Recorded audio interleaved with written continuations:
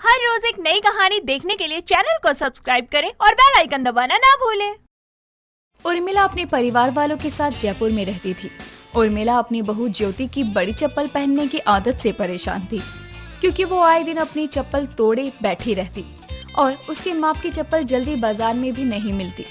एक दिन सुबह के समय उर्मिला हाथों में पूजा की थाली लिए अपने घर के दरवाजे पर रखी चप्पल को देखकर अपनी बेटी नेहा को बुलाकर कहती है, बेटा यहाँ सभी की चप्पल रखी दिखाई दे रही है सिवाय मेरी चप्पल के। जल्दी ढूंढ कर ला देना मेरी चप्पल, बहुत देर हो रही है मुझे मंदिर जाने के लिए। आकर चाय भी पीऊंगी, बहुत सर में दर्द है मेरे। माँ आप खुद ही देख लीजिए, यही कहीं होगा।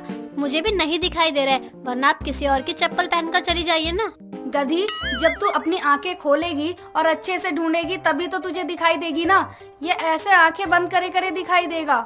यार माँ परेशान ना करो, सुबह सुबह सोने भी नहीं दे रही हो। आपको जल्दी उठने की आदत है, मुझे नहीं। अपनी बड़ी चप्पल वाली बहू से पूछो, हो सकता है वही पहन कर गई हो कहीं। अरे पागल लड़की, उसकी चप्पल यहीं रखी है, इसका मतलब वो घर में ही है। उसके जितनी बड़ी चप्पल हमारे घर में किसी की नहीं है और मेरी चप्पल घर में सबसे छोटी है। उसकी तो उंगलियां भी नहीं जाएंगी मेरी चप्पल में, तो पहनना तो बहुत दूर की बात है। मेरी भोली माँ, उनकी चप्पल घर में है और आपकी नहीं है। इसका मतलब जो भी बाहर गया है वो आपकी चप्पल ही पहन कर गया है। अब पहले जाकर देखो कि कौन घर में है और कौन नहीं, तभी पता चलेगा। जाने दे, छोड़, मुझे कुछ पता नहीं करना। आज मैं नंगे पैर ही चली जाती हूँ, मंदिर से आकर अपनी चप्पल को देखूंगी। उर्मिला इतना कहकर नंगे पैर ही मंदिर के लिए निकल जाती है। जहाँ पहुंचकर वो देखती है कि उसकी ननद सरोज और उसकी बहू दोनों पहले से ही मंदिर में पूजा कर रही हैं। तभी उसकी नजर मंदिर के बाहर रखी अपनी चप्पल पर जाती है, जिसे देखकर वो बहुत गुस्सा हो जाती है और उनके पास आकर कहती है, पहले ये बताओ, तुम दोनों में से मेरी चप्पल कौन पहन कर आया है मंदिर? मैं कब से अपनी चप्पल घर में ढूंढ रही थी। कितना परेशान हो गई थी मैं कि पता नहीं कहाँ चली गई मेरी चप्पल। अभी कल ही तो मॉल से खरीद कर लाई हूँ। क्या माँ जी, आप एक चप्पल के लिए रो रही है? मैंने आपको गुस्से में देखा तो सोचा पता नहीं क्या हो गया। बहू, जिसके जेब से पैसे जाते हैं उसी को ही पैसे की कीमत का अंदाजा होता है। अभी कल ही पैसे खर्च करके नई चप्पल लेकर आई हूँ। सबसे कितनी बार कहा कि मुझे चप्पल दिलवा दो, लेकिन किसी ने मेरी बात नहीं सुनी। लेकिन वो सब छोड़ो, यहाँ कौन आया मेरी चप्पल पहनकर, बस ये बताओ।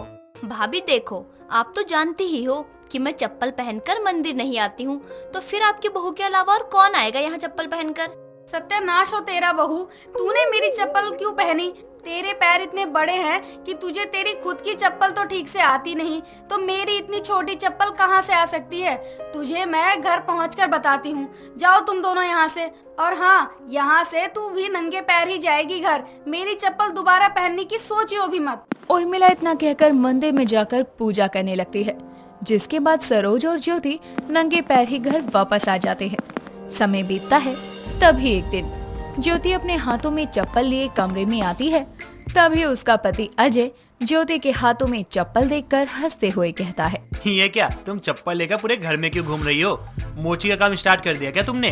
अगर ऐसा है तो मेरी भी 2 चप्पल पड़ी हुई है, उसे भी सिल दो, मेरे भी पैसे बच जाएंगे। आपको हमेशा मेरा मजाक ही उड़ाना आता है ना, उसके सिवा कुछ नहीं आता है ना आपको। इतने अच्छे घर की बहू बनने के बाद अगर मुझे मोची का ही काम करना होगा तो मैं घर में क्यों करूँगी? करना होगा तो बाहर करूँगी कि 4 पैसे कमा सकूं।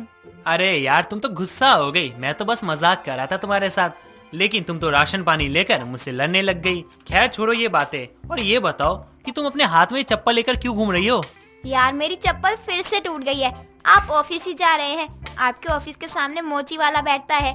आप मेरी चप्पल सिलवा ले आइए ना। अभी कुछ टाइम पहले ही माँ जी ने बड़ी मुश्किल से दिलवाई थी मेरे नाप की चप्पल। अगर मैंने उनसे कहा कि वो चप्पल भी टूट गई है, वो मुझे बहुत सुनाएंगी। यार अब मैं ऑफिस में चप्पल लेकर नहीं जाऊंगा, कोई देखेगा तो क्या सोचेगा। हाँ, एक काम कर सकता हूँ, मैं तुम्हें पैसे दे देता हूँ, तुम ना दूसरी चप्पल खरीद लो। अजय और ज्योति टूटी हुई चप्पल को लेकर आपस में बहस कर रहे थे। तभी उर्मिला वहाँ आती है और ज्योति के हाथों में टूटी हुई चप्पल देखकर कहती है, तूने फिर से अपनी चप्पल तोड़ दी। भगवान ही जाने बेटा कि मेरी बहू के पैर में कौन से कांटे लगे हुए हैं। कोई भी चप्पल 10 दिन से ऊपर चलती ही नहीं है। ऊपर से बहू की बड़ी चप्पल इतनी ज्यादा बड़ी है कि फुल साइज की चप्पल भी इसे छोटी पड़ती है। इतनी बड़ी तो बहू की हाइट भी नहीं है जितनी बड़ी इसे चप्पल आती है। कोई बात नहीं माँ, आप ज्योति को नई चप्पल दिलवा दीजिए और ये लीजिए पैसे। अब पूरे दिन नंगे पाँव तो नहीं रह सकती ना, वैसे भी ठंड का मौसम है। मुझे देर हो रही है, अब मैं चलता हूँ। अजय इतना कहकर वहाँ से चला जाता है, जिसके बाद उर्मिला और ज्योति भी चप्पल लेने के लिए मार्केट निकल जाती हैं। बहुत सारी शॉप ढूंढने के बाद भी ज्योति की बड़ी चप्पल नहीं मिलती। दोनों सास बहू को मार्केट में ही शाम हो जाती है। थोड़ी देर बाद जैसे तैसे करके एक शाम एक साइज की चप्पल उन्हें मिलती है, जिसको लेकर वो दोनों घर आती हैं। लेकिन उन्हें घर आने में रात हो जाती है। घर पहुंचते ही सरोज हंसते हुए उनसे कहती है, भाभी, आप सिर्फ अपनी बहू की बड़ी चप्पल लेने के लिए गई थी या पूरे घर के लिए चप्पल खरीदने लगी थी, जो आपको दिन से रात हो गई? अगर तुम्हें इतनी ही चिंता हो रही है सरोज, तो मार्केट का रास्ता तुम भी जानती थी, चली आती तो तुम्हें भी पता चल जाता कि पूरे घर की चप्पल खरीदना आसान है, लेकिन बहू की बड़ी चप्पल नहीं। इसके चप्पल का साइज इतना बड़ा है कि कहीं मिलता ही नहीं है जल्दी। हाँ, वो तो है भाभी, और थोड़ी गलती बहू की भी है। जब इसको पता है इसके पैरों के साइज की चप्पल जल्दी नहीं मिलती है, तो इसे अपनी चप्पल संभाल कर इस्तेमाल करनी चाहिए। लेकिन ये तो आए दिन अपनी चप्पल तोड़े बैठी रहती है। बस करिए बुआ जी, क्यों आग में घी डालने का काम कर रही हैं? वैसे ही माँ जी का मूड गर्म है, पैसे खर्च करके आई हैं, आप और उन्हें चढ़ा रही हैं। अब अपने हाथ पर मैंने खुद तो बनाए नहीं हैं, जब भगवान ने ही ऐसा बनाया है तो मैं क्या करूँ? ज्योति इतना कहकर अपनी नई चप्पल लेकर वहाँ से चली जाती है। उसकी चप्पल का बड़ा साइज होने की वजह से घर में कोई भी उसे अपनी चप्पल पहनने को नहीं देता था, और ना ही उसके पैरों की चप्पल का साइज जल्दी मिलता था, जिससे वो भी बहुत परेशान हो गई थी। एक दिन सभी लोग शादी में जाने के लिए तैयार होकर हॉल में इकट्ठे होते हैं, लेकिन ज्योति का कोई अता पता नहीं था। तभी सभी लोग उसे ढूंढते हुए उसके कमरे में जाते हैं, जहां वो देखते हैं कि ज्योति अपनी चप्पल को हाथ में लिए जमीन पर बैठकर रो रही है। तभी उसकी सास उससे कहती है, अब क्या हो गया बहू, तू अपनी चप्पल लेकर जमीन पर क्यों बैठी हुई है और रो क्यों रही है तू? माँ जी, मैं रोऊं नहीं तो क्या करूं? मेरी चप्पल फिर से टूट गई है। आप अपनी बहू की बड़ी चप्पल से परेशान हो या ना हो, लेकिन मैं हो गई हूँ बड़ी चप्पल के चक्कर में। अच्छी सैंडल, जूती कुछ नसीब नहीं होता है। सभी लोग एक दूसरे की चप्पल भी पहन लेते हैं, वो मैं भी नहीं पहन सकती हूँ, तो रोऊं नहीं तो क्या करूँ? यार, तो इसमें रोने वाली क्या बात है? तुम तो बच्चों की तरह बैठकर रोने लग गई। यहाँ बैठकर रोने की जगह अगर तुम हमें पहले बता देती तो हम तुम्हारे लिए अभी नई चप्पल ले आते। अब तुम हमारे साथ कैसे चलोगी? आप मेरे जले पर नमक मत छिड़को। आपको दोबारा नई चप्पल लाने के लिए बोलकर माँ जी से दोबारा डांट थोड़ी ना सुननी थी मुझे। माँ जी फिर से शुरू हो जाती, अभी कुछ समय पहले ही तो मुझे नई चप्पल दिलवाई थी, तेरे पैर में कौन से कांटे लग रहे हैं?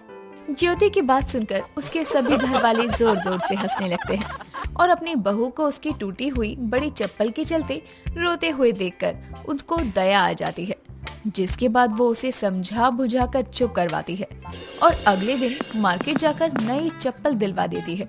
साथ ही अपनी बहू की सारी टूटी हुई चप्पलों को मोची से ठीक भी करवाती है। दोस्तों, अगर आपको ये कहानी पसंद आई तो इसे लाइक करें, शेयर करें और कमेंट करके बताएं कि कहानी में आपको सबसे अच्छा क्या लगा।